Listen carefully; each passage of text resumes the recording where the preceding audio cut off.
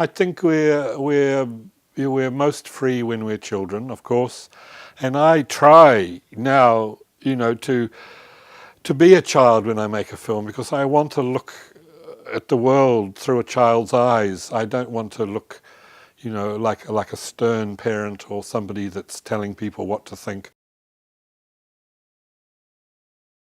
I answered an advertisement from Pacific Films just for a character actor for a commercial. I think it was a B&Z. And I went out to Kilbirnie and they dressed me up in idiotic clothes. And there was a guy there who found me very amusing, and it turned out to be Tony Williams. We just clicked immediately. We've known each other ever since and made quite a few films together. So many, filmmakers started at Pacific Films. And I mean, we really didn't know what we were doing, to be quite honest. We had briefs on television to make a film about this or that. And the early films with Tony came out of basically a very open collaboration. The film that we made at the Cannes Film Festival in '75 called Lost in the Garden of the World. A bunch of Kiwis in a combi van and over-enthusiastic and who knew a little bit about their films. So we got all these people and they just loved meeting us. And in those days, it was still pretty crazy, but you could actually talk to people. You could just ring up and say, hello, I'm from New Zealand, we're making a documentary, would you, spare a few moments to talk to us? So it was amazing who we got. I spent most of the first part of that period, writing scripts for other people. And I learned a lot. I mean, I wrote horror films, I wrote kids' films, I wrote comedies, I wrote dramas. I mean, I did everything. Next of Kin was originally called Sticky Ends, and it was written by myself and Tim White. We came up with this crazy sort of horror movie idea about this family of mobile caterers who went around poisoning people at weddings and basically robbing them. And I mean, it was outrageous. And Tony really loved the idea, and we did a couple of drafts of it, and it was looking good. And then Tony got work with a company in Australia to make commercials, and they thought the film would actually probably suit being made in Australia. So we sort of reluctantly all went over to Australia to do the film, and what became of it really bears no resemblance to the original story. It became a film about a young girl who had inherited a retirement home for demented people. There was something nasty going on and it turned into absolute chaos. It was still a horror film, but sadly it wasn't Sticky Ends. The other person that seemed to like it very much was Quentin Tarantino, in fact. Quentin was blown away by the film.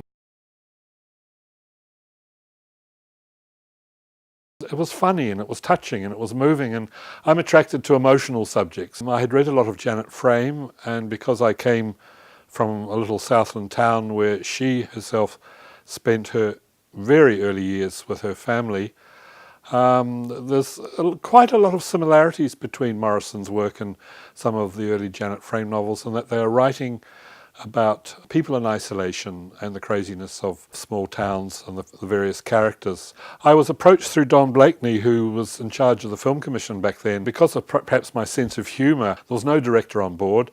Anyway, he gave me the book and I devoured it, and I said, can all this be in it? Because it's all about necrophilia and, there's people swearing in it. And at that time, New Zealand films were a bit timid. I mean, there wasn't a lot of stuff going on. So he said, no, just go for it. So I did it, and the first draft was written. And I remember the script was so huge. It was actually in 2 parts. It was 2 volumes of the script. It ran to about 240 pages. And of course, those days there were no script doctors or dreadful, people sort of saying, no, you can't. You've got to have 3 acts, and you've got to have a turning point. So I never bought any of that. But anyway, the script was well appreciated, and they brought in someone called Sam Pillsbury, who I had not met, and I met Sam finally, and he loved the script, and we just shared the same sense of humour, and he said, well, we'll just get the script, and we'll just sort of bring it back a little bit and turn it into a into a film. meeting David Blyth, we met at a party. I told him I'd written this mad story about scientists and cryogenics. So that started the whole next phase of my life, which was basically the films with David. And we just wanted to basically, start from scratch and just scare the shit out of everybody by being as outrageous as possible. And the film gets amazing laughs in weird places, and it's all deliberate. It's not as if we're trying to be funny. I don't think that's really hard to do, because it never works like that. The film is so serious in what it does that you think that these people are actually, you pity these idiots because they get caught up on this maelstrom of absolute mayhem, and the amount of bloodletting in that film. I mean, nobody had ever done that before, and this was a long time before Peter Jackson did his piece out at Pukerua Bay. And the fact is that it was the first horror film ever to be made here on a very, very small budget, and went on to win, fairly prestigious awards in Paris. Won a couple of awards at Sitges too. I used to use writing for radio as a sort of way to test a script, a story, and characters. And I wrote this children's serial called Moonrise, which was actually about a good vampire, not a bad one. This character who played the good vampire, he was just basically trapped on Earth, and he couldn't die. And these two kids actually find out that he is a vampire. In the end, Murray Newey, the producer, decided to approach a guy called Al Lewis, who was the grandpa in The Munsters.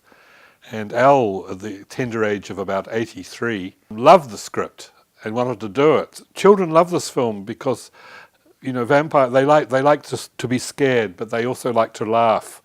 But I think the film works because we're turning the table on the genre. I became immersed in Indian cinema, and I have made one film with an Indian director in Auckland as well. So it's another part of my life that I'm sort of I'm very proud of, and hopefully I will get to do another film in India sometime.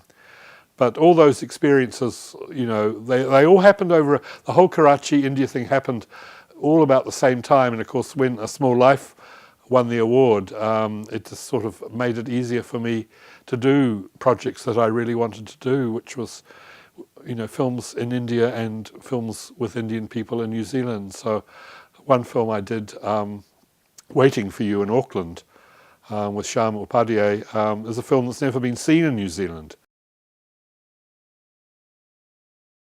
I met David Downs at a concert.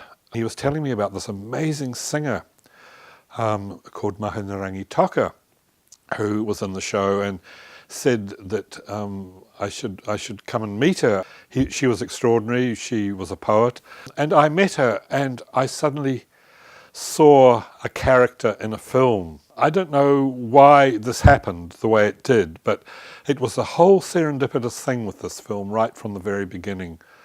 And I had written this little story about a mother who loses her child, who only lived to 10, 11 years of age, but who had obviously been diagnosed with cancer, and she didn't want to take him into hospital to start chemo, and she wanted to basically nurse his last days at home and look after him. And it was written in a whole series of sort of songs, of scenes. It was the first digital film that any of us had made. The film was quite highly recognised, and I was really overjoyed that a little film like this could achieve its emotional power.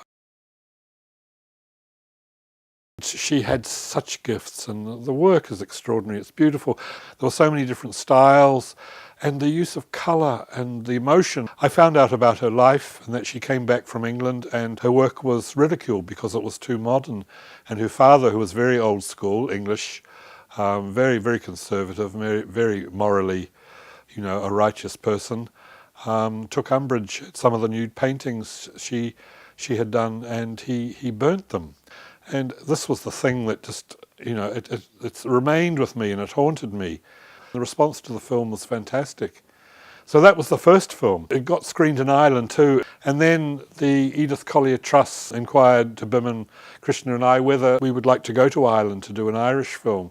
And they said that they would sponsor us. So in 2012, we did the second film, Village by the Sea, which luckily got accepted by the festival. and I was able to make the films in absolute freedom, which is possibly, why I'm very happy with the last 3 films I've made.